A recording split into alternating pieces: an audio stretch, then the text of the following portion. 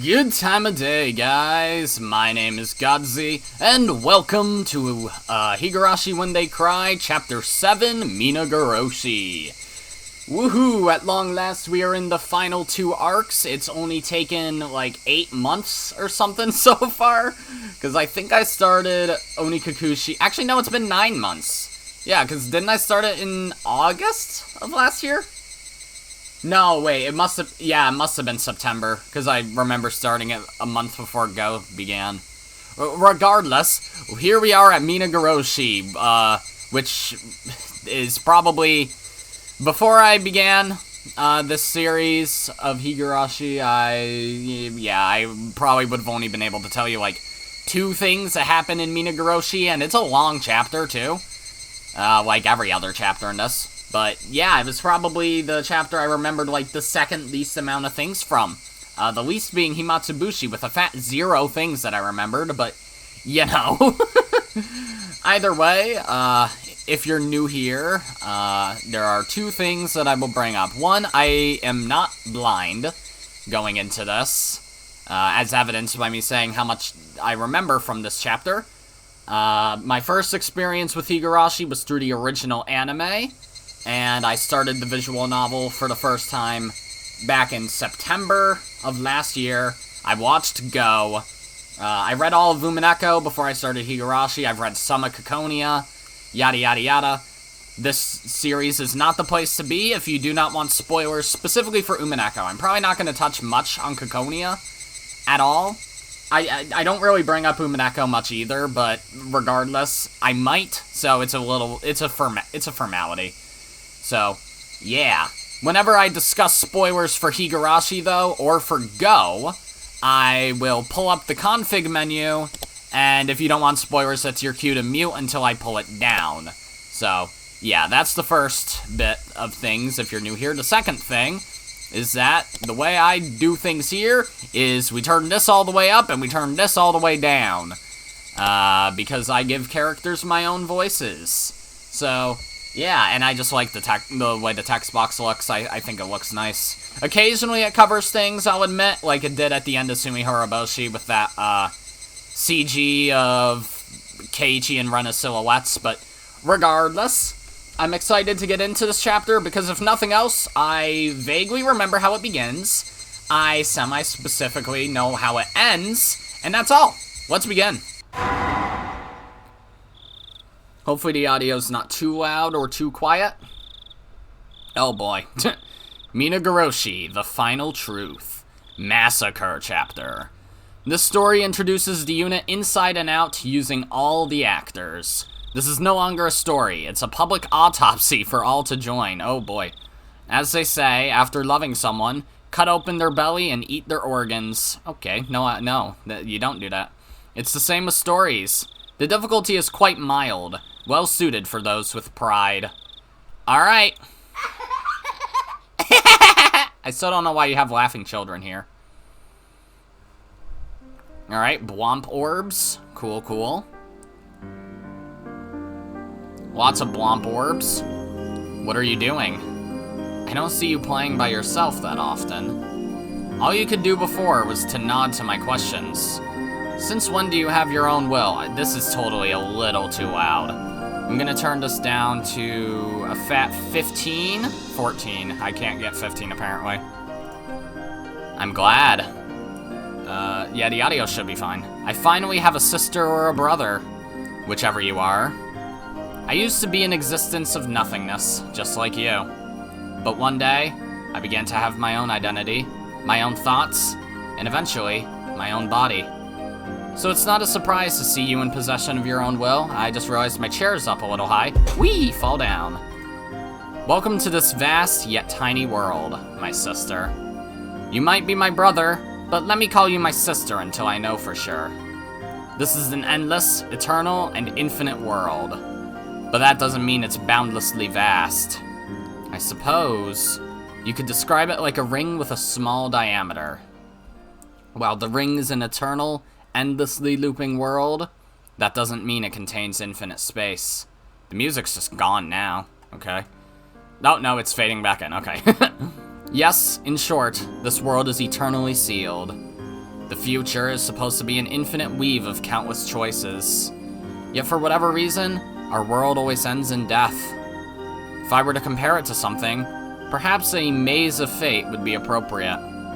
Looping through the same moments forever steadily grows harder and more dejecting, eventually producing something like me.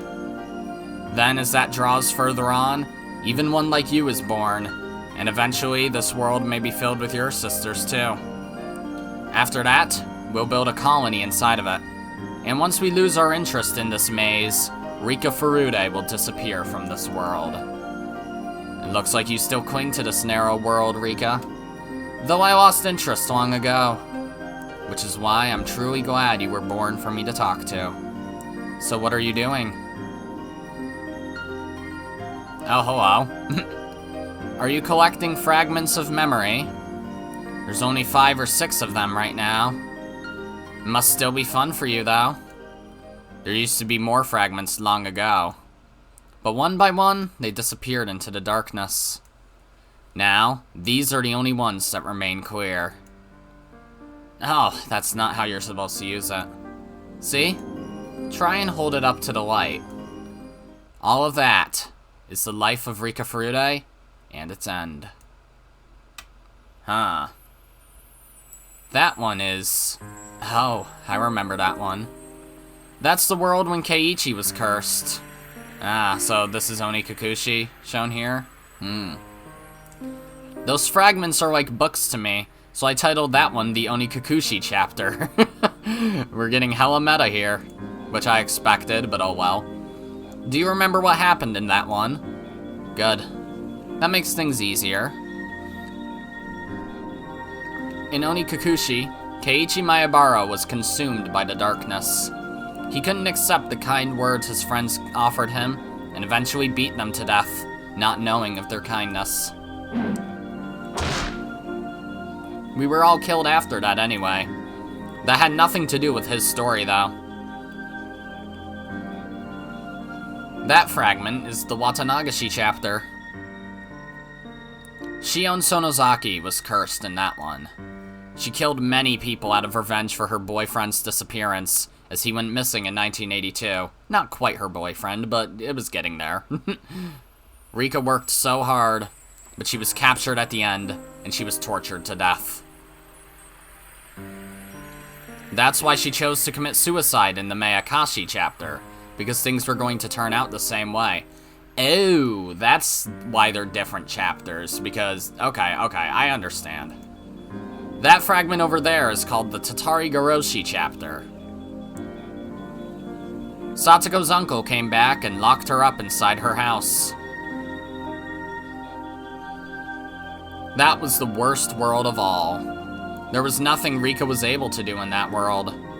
Whenever Satoko's uncle comes back, Rika usually just gives up on that world. Fortunately, Satoko's uncle doesn't come back that frequently. That one is called the Tsumihoroboshi chapter. Rika was there until just a moment ago. So how does Himatsubushi play into these fragments, or is it just disconnected from that all? Rena Ryugu was possessed in that world. It was pretty exciting to see her take over the whole school. It surprised me to learn that Keiichi Maebara had a memory of the other worlds, just like we do. It was pretty amazing, but then again, most of us have some kind of memory like that. We all have an imaginary world within us, some idea of what would have happened if you did things differently. It's like the strange feeling you get when you do something for the first time, but it feels like you've done it before. Everyone has a memory of an imaginary world in their mind, but the memory is not always that clear. It's not surprising, really. You were special enough to be able to see those fragments of memory. It's probably very difficult for you to understand how special you really are. You were born into a world where it's a natural thing for you to see these fragments. I was originally born in the normal world. I didn't know until recently that I could collect these fragments of memory. You grabbed those fragments just because you could, but I didn't know how to do that for a long time. I'm sorry. I'm sure you're not interested in hearing my story. Huh? What's wrong? What are you curious about? Oh? You're curious as to why so many different incidents occur in the same world? It's very interesting, isn't it? Why do you think that's the case? Let's think about it together. Thinking is the first step towards playing a game. The main character among Rika's group of friends is Keiichi Maebara. In Onikakushi, he was possessed by suspicion and killed Rena Ryugu and Mion Sonozaki. If that was an inevitable event, he would be killing them in every world. In other words, what Keiichi Maebara did in Onikakushi was not inevitable. Indeed, the only thing that's inevitable is Keiichi Maebara's role. If Keiichi Maebara was someone with a naturally suspicious heart, he would take the same actions in every world. But that didn't happen. It's true that Keiichi Maebara is both passionate and easily convinced of anything, but it's rare for him to exhibit the kind of rage he displayed in Onikakushi. In other words, even though something might seem inevitable in one world, that may not be the case if you compare it to a different one. True. If something really is inevitable, it will happen for sure in every life. That's what true inevitability is like. It's very important that you know that. When you compare the different worlds, what's common among all of them is the truth. Understand? Like I said, what seems inevitable in one life could just be a random event in another. The club activities that Mion Sonozaki suggests are a good example. If Mion Sonozaki had a strong inclination toward playing certain games, you would be playing them in every world. But in reality, you participate in different activities in most of them. That means that the games they play in the club are randomly decided by Mion Sonozaki. We know that now because we've been through many different lives. Those who only live in one world can't see if the event in question is inevitable or random. Those who only live once can't predict what's going on in Mion Sonozaki's mind, but we can. Although the activities are random, Mion Sonozaki calls us together for the club meeting almost every day in every life. I can see that Mion Sonozaki holds a strong will towards having the club meeting. Mion Sonozaki always wants to play with the other club members, but she doesn't know what to play. See? We can read Mion Sonozaki's mind just by simply examining these fragments. With this alone, we can see part of who Mion Sonozaki really is. Let me talk a bit more about Keiichi Maebara. For those who only live once, the world of the Onikakushi chapter is nothing but a story where Keiichi suffered mysterious hallucinations and beat his friends to death. Or if you're an anime only, you're just like, Rena Mion creepy, Keiichi based. And yes, this is a call out to Evan and Colby. You fools, you're going to see the error of your ways someday. For them, there's nothing beyond that fact. We, however, can compare different fragments and find out something they can never see. As a result, we know that the murder of his friends was not inevitable. I told you that just earlier. In fact, while there are about 5 or 6 pieces in front of you, he only kills his friends in one of them. That means we can roughly conclude that the possibility Keiichi Maebara triggers the tragedy is less than 20% and is almost a fluke. This means that amongst the countless worlds, Keiichi Maebara causing the tragedy is an unimportant factor. Now, can you find the common thread to be drawn from here? My, you found it already. No wonder you were born in this world. You're quick to learn the knack for playing with building blocks. I didn't figure that out for a while. I was born in the normal world, so I could only see things from a single world's perspective. I was too obsessed with the fact that Keiichi Maebara caused the tragedy, so I had trouble finding it. Right, that's exactly right. Is this actually 2 people talking? I wonder. You see it? The Onikakushi, Watanagashi, Meakashi, and Tsumihoroboshi chapters all have something in common. What, Tatari-Goroshi doesn't? Someone in the group becomes violent because of dark and paranoid thoughts. Well, Keiichi still does in Tatari-Goroshi and Satoko to a lesser extent, but in each world, either Keiichi Maebara, Shion Sonozaki, or Rena Ryugu became violent as their delusions grew stronger. Keiichi Maebara, Shion Sonozaki, and Rena Ryugu are all my close friends, but they were all born and raised differently. The only common factor is that they all live in Hinamizawa. I just said it not too long ago, though. When we peer through these fragments of multiple worlds, the constant phenomena become our facts, and the chance phenomena hold little meaning. In other words, the unrelated individual culprits are not all that important. To go further, the violence of their crimes also bears no meaning. Keiichi Maebara beat his friends to death. Shion Sonozaki killed the central people of the three families, and Rena Ryugu took over the school. They were all different. There's nothing in common there. In fact, the very, very important truth is that while the culprit and crimes are decided at random, their process of growing paranoid until they resort to violence is always constant. The suspect changes every time, but the process does not. After comparing the different worlds, this is the truth I found. This is one truth that is common to all the worlds of Hinamizawa. The rule is that a random person becomes violent under the influence of paranoid thoughts. This is Rule X. Keiichi Maebara, Shion Sonozaki, and Rena Ryugu, pieces with no particular connection, have the potential to succumb to that rule with random probability. I don't know what the probability is that those pieces will be ensnared by that rule. Perhaps there is some rule to that too. Is it because these three are all close in age? Or is it because they all live in Hinamizawa? Well, we're not detectives or police officers. This is not something that a small girl like us, Rika Furude, can easily figure out. At least we now know that there's a mysterious rule in the world of Hinamizawa. People who only live in one world have no way of knowing that. I'm proud of myself for figuring that out. I guess for you it's not particularly surprising, though. Huh? What did you say? That's right. If something is common among all worlds, that means it's fated to happen. Some events quickly come to mind, don't they? Right. Jiro Tomitake and Mio Takano are always killed in those worlds. On top of that, they are murdered in exactly the same way in every world. In other words, unlike our previous rule with its variability, their murders are thoroughly planned out by someone with a strong will.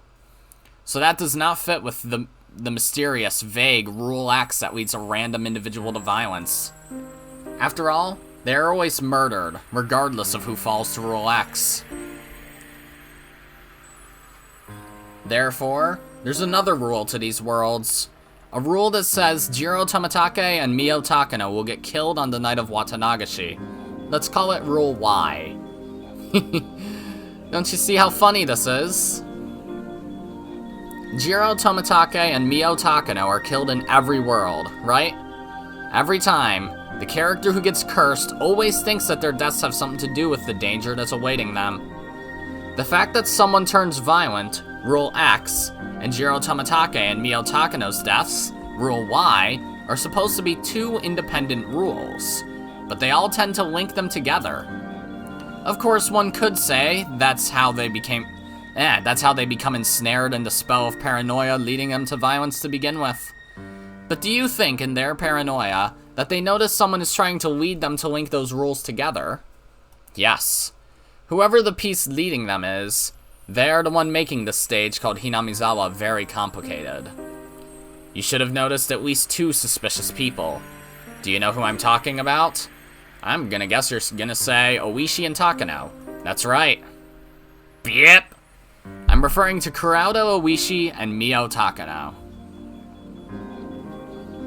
When you compare our previous fragments, the role of the piece known as Kuraudo Oishi becomes clear. He's a detective who's retiring this year, and he's in a hurry to solve the mystery of the series of deaths in Hinamizawa. After he retires, he'll have to move away from the village. That's why he's desperate to solve this case before he has to leave Hinamizawa. Why is he so obsessed with the serial murders in Hinamizawa? That's right. It's because of the first murder involving the manager of the construction site. The victim was Oishi's close friend. You will see that if you look at the Himatsubushi chapter. Oh, so you do mention it. Oishi was there when the dam conflict was at its peak. He saw how the Sonozaki family took control of the Onigafuchi Guardians, and he believed that the Sonozaki family was pulling the strings behind the whole incident. That's why he always suspected that the Sonozaki family was behind the series of mysterious deaths, regardless of the evidence or lack thereof.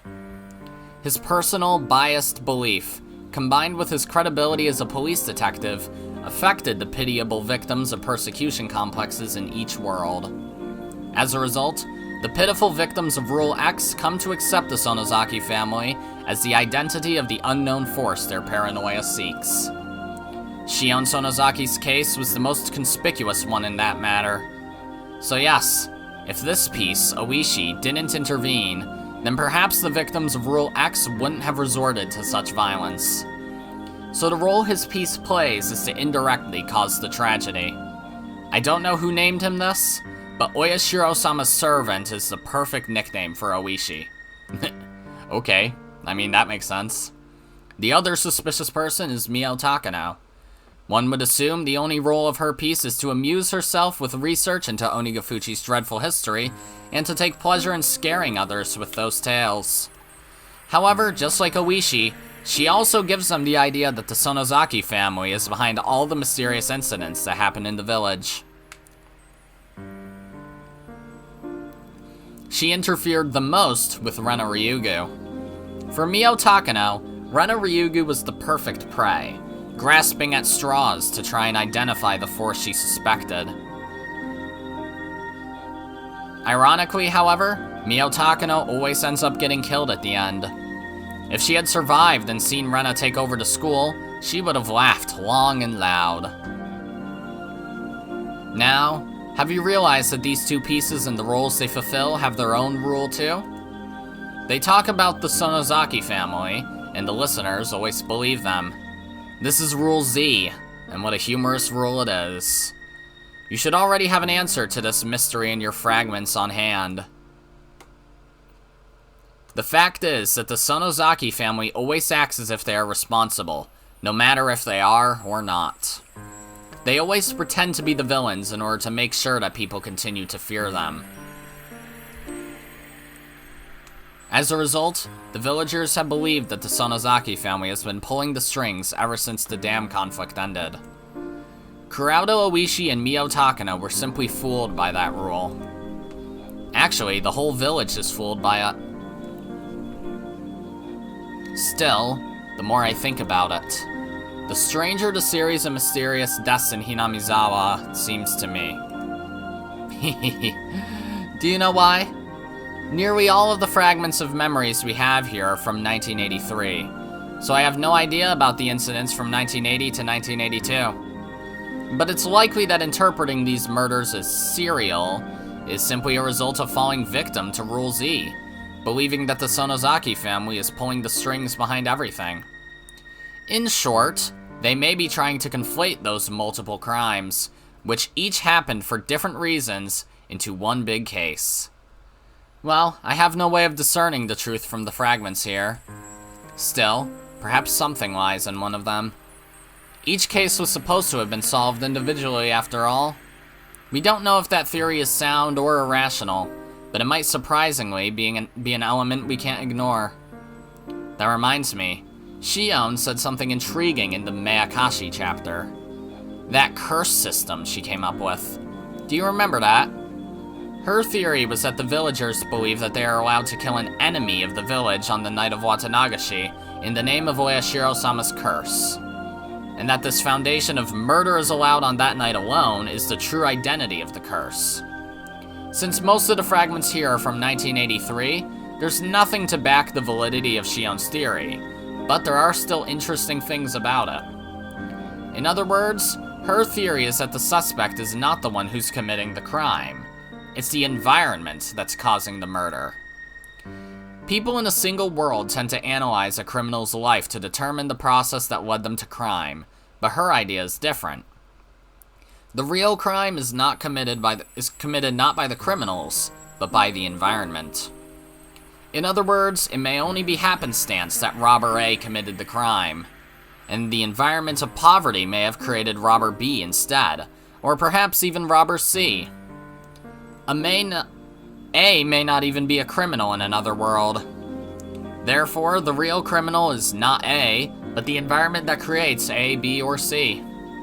And while people in a single world may be able to reach such an idea, the widespread desire to place blame commonly causes A to be lynched by society, while the environment that gave rise to A goes ignored.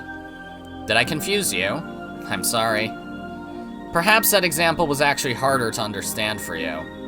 It's easy for me to see it like that because I'm from the normal world. Let me make it simple for you. The culprit behind the tragedy in many worlds isn't individuals like Keiichi Maebara or Shion Sonozaki, but the environment. So Rule X is the true culprit at fault. You're earning good marks if you can grasp that, even if we don't know the identity of Rule X. And if you can grasp the 3 rules governing this stage called Hinamizawa, Rules X, Y, and Z, then you're earning very good marks. So long as you understand those rules, that even if this is your first experienced world, you should easily find the truth without distraction. See? Isn't it fun? Merely 3 simple rules are interacting on this stage, creating a kaleidoscope of different worlds. This is probably a very unusual case. In other locations, you shouldn't be able to see such extreme variation even after looping through several worlds. It keeps me entertained just staying here and watching these worlds revolve. Anyway, there's one more fact we can understand from these fragments of worlds. This is the biggest problem we Rika Furudes are facing. The fact that Rika Furude always dies each time. It's as if June 1983 is a dead end for her. Worse, there's no randomness to it. It's guaranteed to happen. In other worlds, it's the same pattern as the deaths of Jiro Tomitake and Mio Takano. It's following the exact same rule, Rule Y. Tomitake Jiro and Takano Mio are always murdered on the night of Watanagashi. You've reversed the names, frickin' different translators. Furude Rika's date of death is not always the same, but she's always dead by the middle of June. Isn't it more the end? Whatever. Jiro Tomitake and Mio Takano were probably attacked on their way home, so that's why it always happens on the same night. But for Rika Furude, it's different. She takes different actions in every world, and her lifestyle is very unpredictable. For that reason, the day of her death is not always the same. However, she always dies in June, because a similar powerful conviction vows to kill her too. So, we can assume that the same Rule Y killing them is also the rule behind her death? Is the same person killing all 3 of them?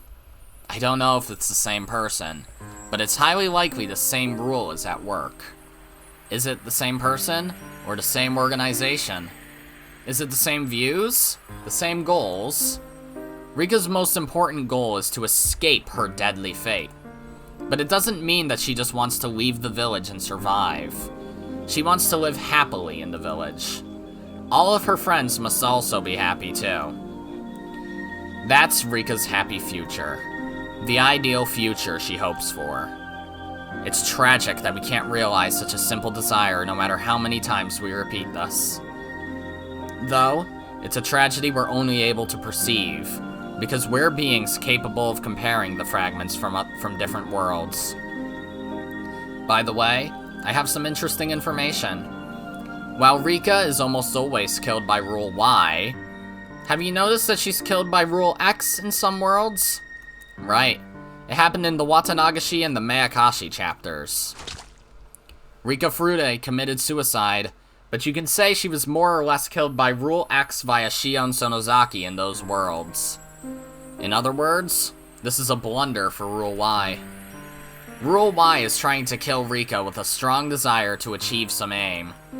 But she was killed before that, as a result of the unrelated Rule X. That might have caused him to show some disturbance.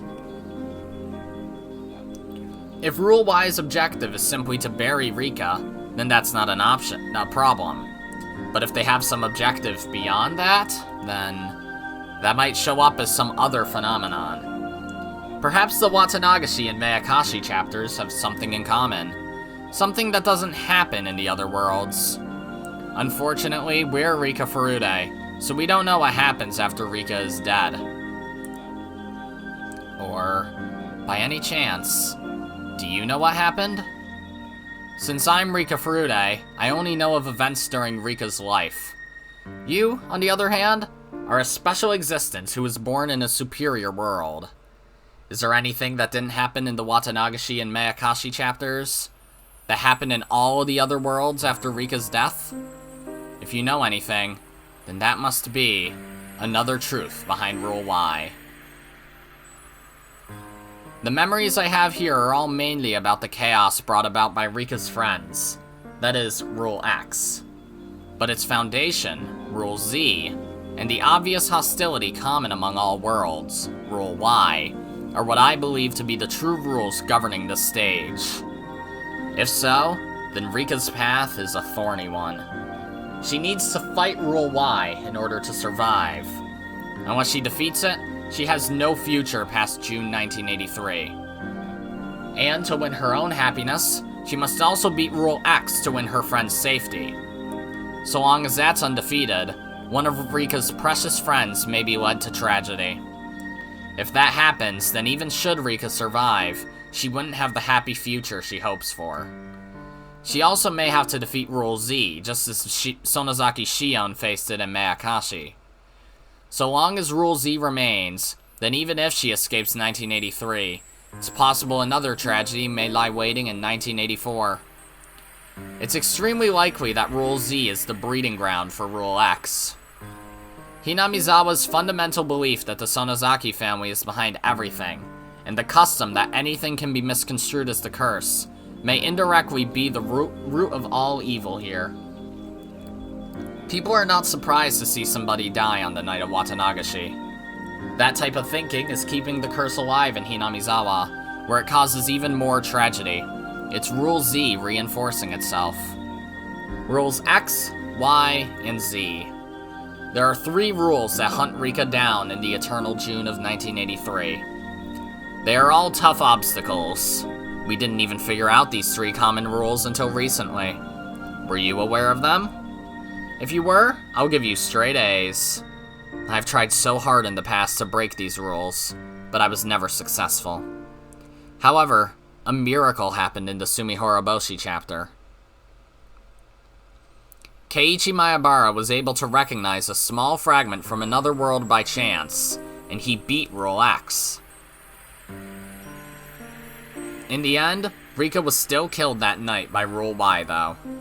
But still, 1 rule was defeated. That was a huge leap forward.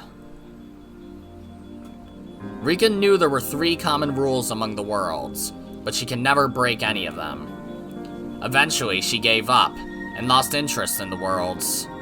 That's how I was born. However, she's different now. She learned something valuable from Keiichi Maebara, that the rules can be broken with a strong enough will to fight. If she can break all 3 rules, Rika Furude will be freed from her eternal prison. She doesn't have much time left, though. Rika has traveled through many worlds. Her physical lifespan is not a problem, but her mental lifespan is getting shorter. Mentally, she is extremely old, and her soul is starting to turn into something different. In the end, she'll probably lose the ability to experience singular worlds. She's already showing those signs, and eventually, her memories from the parallel worlds will mix together, ultimately causing her derangement and the loss of Rika Furude's soul. Then she will disappear. That means that you and I are going to be left in this dark world. The fragments of our memories will gradually disappear, and we will be left alone in the eternal darkness. Eventually, we will die. Rika Furude is aware of that. She knows that her mental lifespan is getting shorter and shorter. Hanyuu is also losing her powers. She can't rewind through years of time like she used to. Her power has decreased so much that she can barely rewind 1 month of time. Actually, she can only rewind a few weeks. In the next world, she should only have about 2 weeks of time. Rika Furude is going to try and break all 3 rules in just those 2 weeks. I guess that explains why each chapter seems to get real faster. I wanted to know what's outside the well, so I tried to claw my way up from there. I wanted to know what's outside the well, so I continued to climb even when I fell and injured myself. I finally realized the higher I climb, the more pain I feel when I fall. When my curiosity toward the world and my physical pain become equal, I finally understood the meaning of the frog in the well. Frederica Berncastle, it said. This is a work of fiction. So don't replicate it, you fucking idiots. Chapter 7, Minagoroshi. Higurashi When They Cry Kai. Interesting introduction. I like that a lot. I feel like it does a good job at gamifying the game so far. This is the same opening, isn't it? Well, it's gonna be loud as shit, so I'll be quiet. See you guys on the other side. Ah!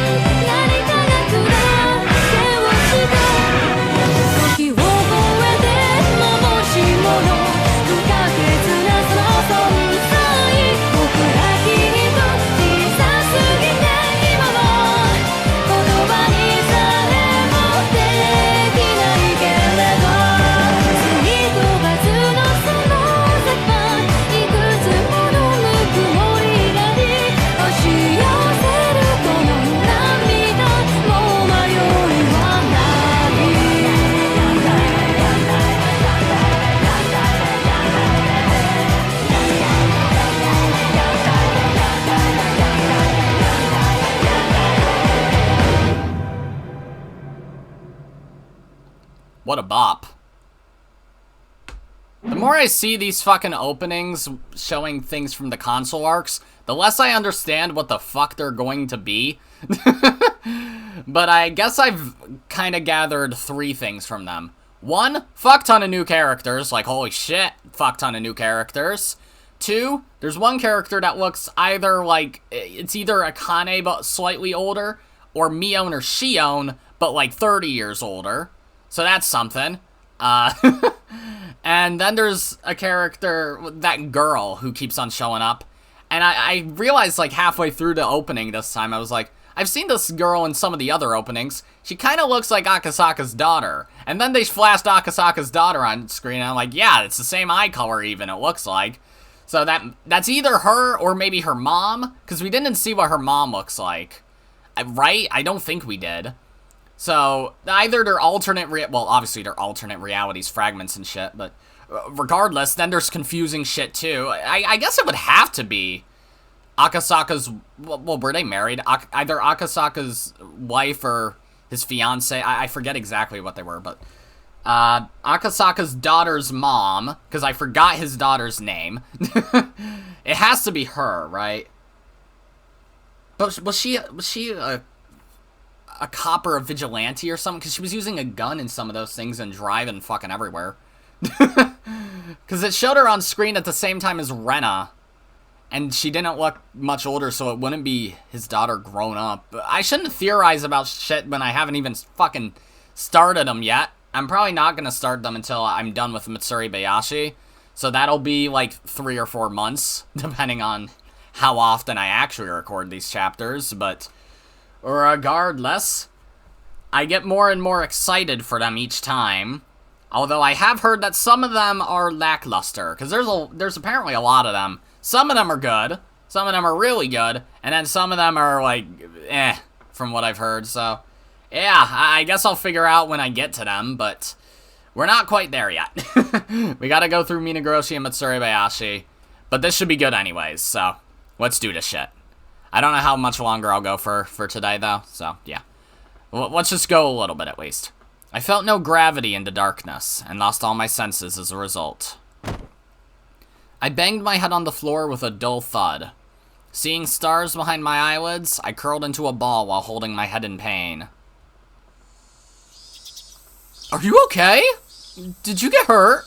Rika! Please say something! Oh, so in Rika's perspective, unsurprising. I had no idea why I was in this situation, but as soon as I heard their voices from the top of the cliff, I realized that I must have fallen. I remember.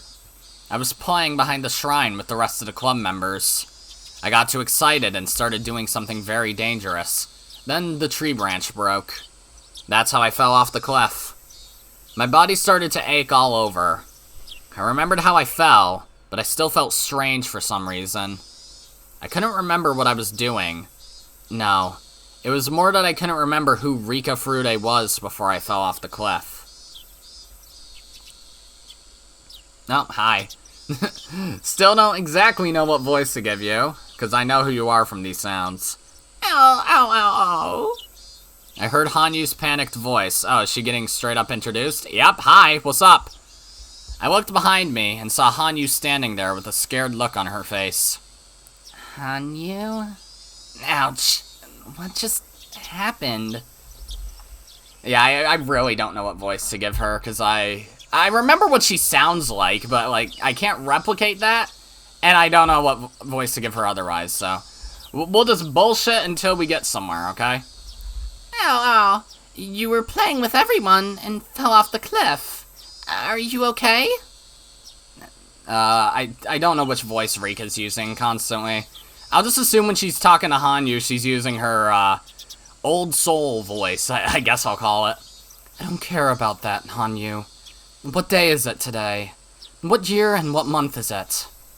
I always ask this question first when something like this happens. She finally realized that I was asking the same old question. It's June of 1983. The Watanagashi Festival is next week, so... Oh dear. I only have that much time left? This is the best we can do. Hanyuu muttered regretfully. It was the middle of June 1983. If this really was the best she could do, I had no choice. I couldn't complain. I gradually started to remember more things. If this is June of 1983... I see. I was killed again. After Rena surrendered to the police, all of the classmates were given checkups at the clinic. I didn't get hurt, so I was sent back home after they determined that I had no injuries. My memories started getting vague from that point on, a common characteristic of my violent deaths. When my life is taken away violently, the memory before death becomes vague with static. It's like a violently ripped roll of toilet paper. That example should make it easy to understand, even if it's uncouth. That's why I have no clear memory of what happened and how I died that night. I only have vague memories. I think someone covered my mouth with a handkerchief or something, and I passed out. That's about the only thing that I remember, and only vaguely. I'm not even sure if it really happened. The only thing I know for sure is that I was attacked on my way home, or possibly after I got there, and that I was murdered suddenly. I don't know who killed me, or how I was killed. I'm glad that at least I don't remember the horrific ending to my life every time it happens. Because of my experiences, I think I now understand why ghosts wander around this world, not knowing that they died so suddenly. If it's a death from a long-lasting illness, people tend to remember that they were sick. They can kind of assume that they died after being sick for a long time. But when your memory is violently disrupted like mine, it can get quite confusing. When I first experienced this, I wasn't sure if I was dreaming or not. I even thought that I hit my head hard and lost my memory. I needed to organize things before I get too confused. My name is Rika Furude. People look at me in a special way, but that's not a big deal for me. All I want is a happy life where I can play around with my best friends. I can't remember how long I've been living just for the sake of obtaining that simple happiness. Oh, interesting, you're like faded into the background. This panicked girl here is named Hanyuu. I'm the only one who can see her. Perhaps she only exists inside of my head?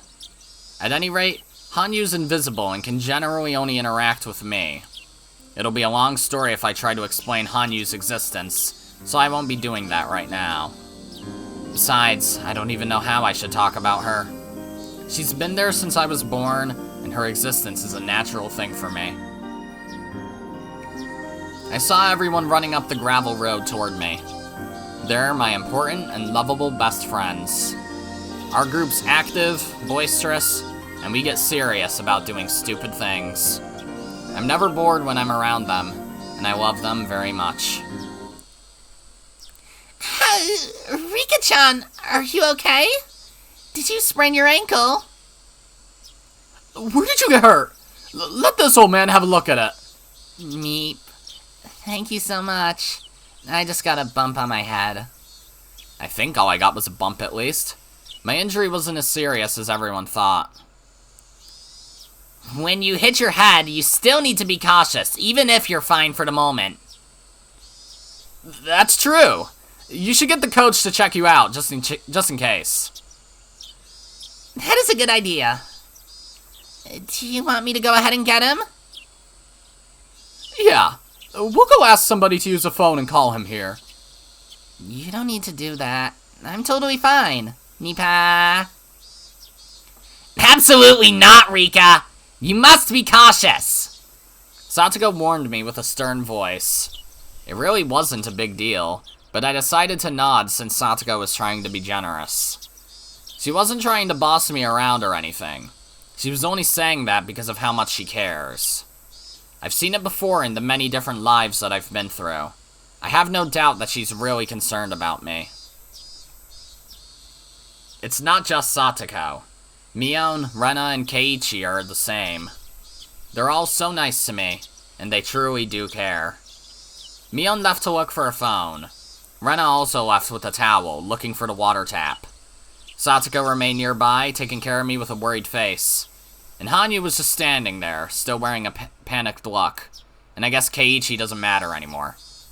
Never mind. Keiichi seemed to be panicked too, but he was trying not to show it. He was standing by me, wearing a calm expression. Are you alright? I'm fine. It doesn't hurt anywhere. I'm glad you're not seriously injured. I was super worried. I wouldn't feel anything special about his words if this was a while ago.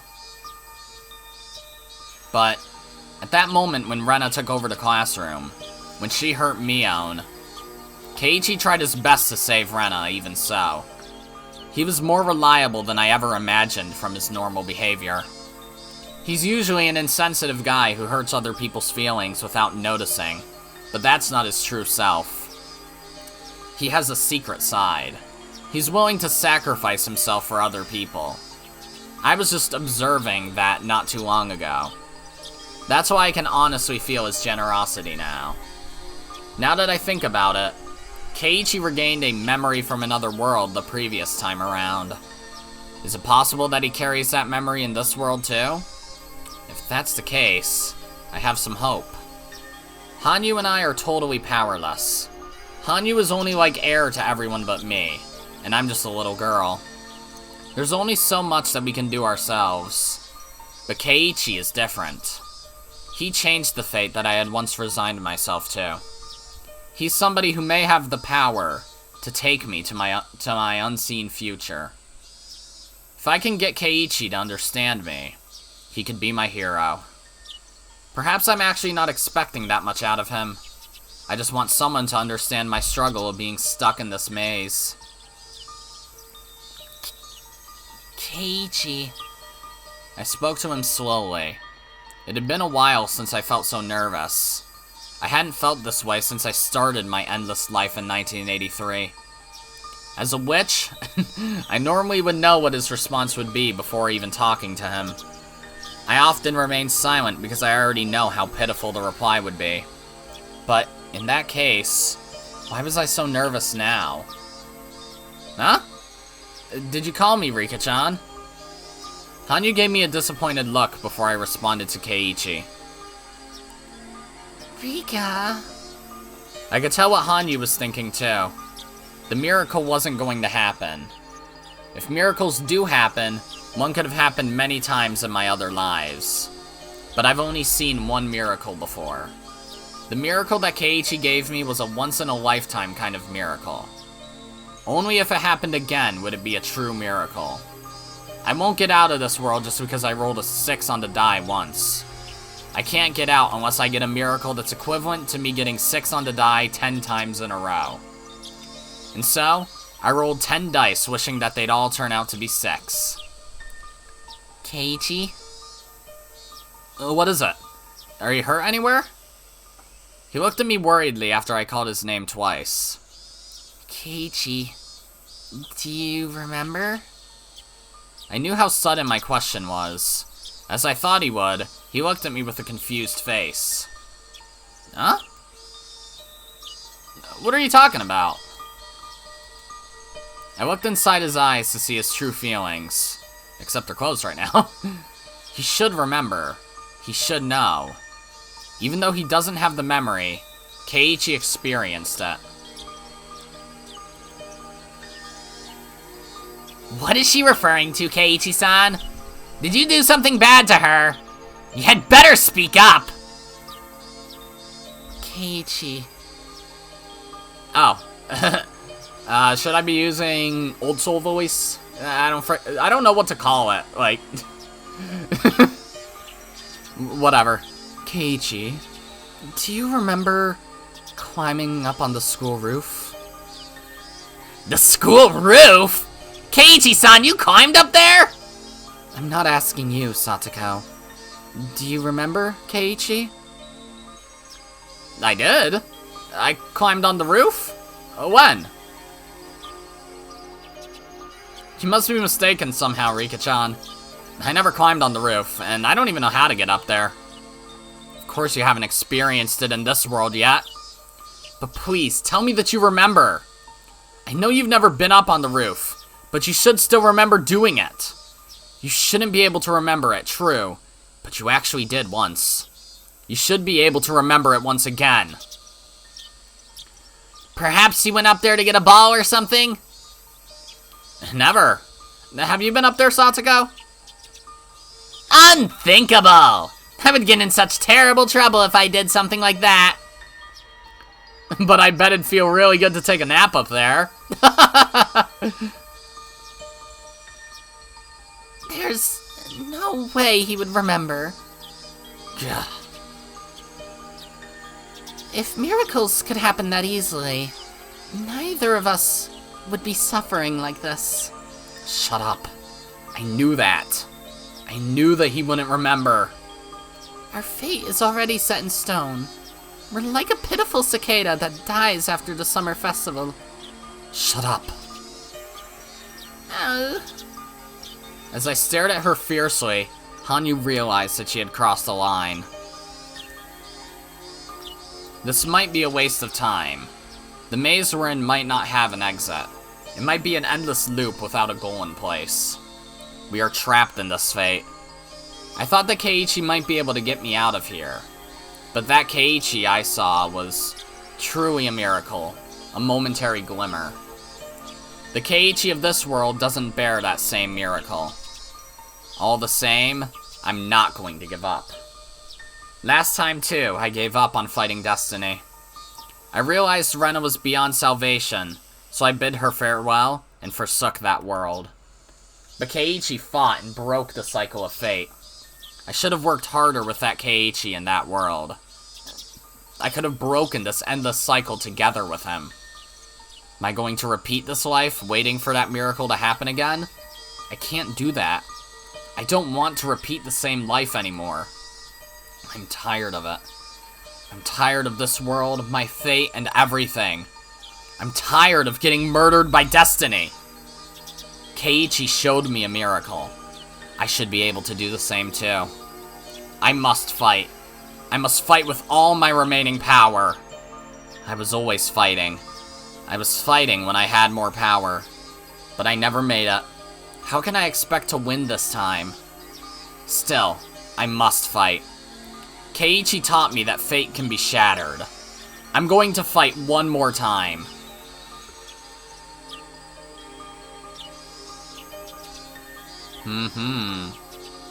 I figured.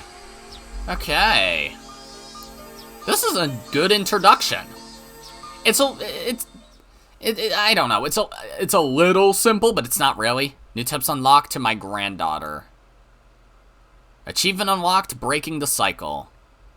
That's quite possibly the shortest, like, introductory chapter we've ever had, but whatever. I'm sorry for leaving you like this.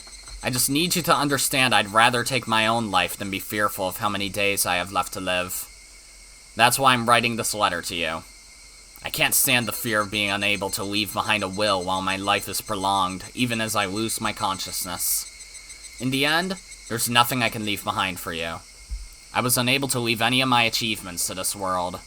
I was forgotten before I was dead. I leave this world a humiliated man, knowing that I had no appreciation from anyone. You must do better than me. You must achieve something that your grandfather was never able to achieve. I don't mind what field you choose. You must leave your mark on this world. You must leave behind your achievements. You will eventually die someday. You will eventually turn to ashes. As a human being, that's your inevitable fate. But if you achieve a great success, you will live forever even after you depart. Those who live beyond their deaths are called gods. I wished to become one, but I was unable to do so. So in my place, you must become a god someday. Yo, that was probably the fucking best tip I've seen in this game so far. Wowee. The fact that you can figure out, well, something kind of major. There's one little line in there that I appreciate a lot, and I'm gonna go into spoiler time for the end of this episode to say exactly what that is. So spoiler time, mute if you don't want spoilers. This is not for Go, this is for regular Higurashi. So that's written to... I'm giving you another chance to mute just in case. I see you, trying to edge a little bit. You're trying to live life on the edge. Well, you're stupid. If you don't want spoilers, then mute. You're gonna regret it. So that letter was written to Takano from her grandfather. And that fucking line, you're gonna burn to ashes someday, that is smart. I like that. I like that a lot. I don't know if that's intentional or not, but in the world of writing, nothing's unintentional. It does not fucking matter. Everything is intentional. Everything's written on the page for a reason. Usually. Sometimes there's filler or repetition. That happens, but that line is, even if it's unintentional, it's not anymore. That's how it fucking works. So, yeah, that's fucking smart. The fact that now you can basically just read that and be like, but we haven't met anyone who's a grandfather in this game yet. So who would this be written to? A granddaughter, so a female, and I guess you'd really have to look at Burn to Ashes. It's subtle, but it's smart. I like that. So, spoiler time over. Welcome back, guys. We're going to continue by ending the episode. I'm liking this chapter so far. It's got a lot to live up to after Tsumihoroboshi, I'm not gonna lie, but it does feel like a seamless transition from Tsumihoroboshi into this chapter so far, which is honestly a little impressive considering that no other chapter had done that yet. Like, Onikakushi did not transition into Watanagashi. Like, Onikakushi ends, Watanagashi begins. Yada yada into Goroshi into Himatsubushi, into Mayakashi, into Tsumihoroboshi, and then basically seamless all of a sudden into this, which is nice, because it feels like an actual continuation from Tsumihoroboshi, which also makes sense, because this is the point in the story where everything does feel connected, for sure, and I'm liking this so far. I still don't really know what voice to give Hanyuu, but we'll get there when we get there. Like, I've struggled with voices in the past. I gave Oishi a fucking dogshit voice for the longest time, and I don't think it was until Goroshi that I changed it into what it is now. So, yeah, but that means Hanyuu still has hope. Sure, there's only 2 chapters, and it took 2 chapters for me to make Oishi's voice better, but whatever. We'll get there when we get there. Either way, that's going to be it for this episode, guys. If you liked it, then be sure to press the like button, and if you didn't like it, then fuck you too. Remember to subscribe, follow me on Twitter, and hit that notification bell to stay up to date on all my videos and stuff. And as always, my name is Godzi, and I will see you all next time. Goodbye!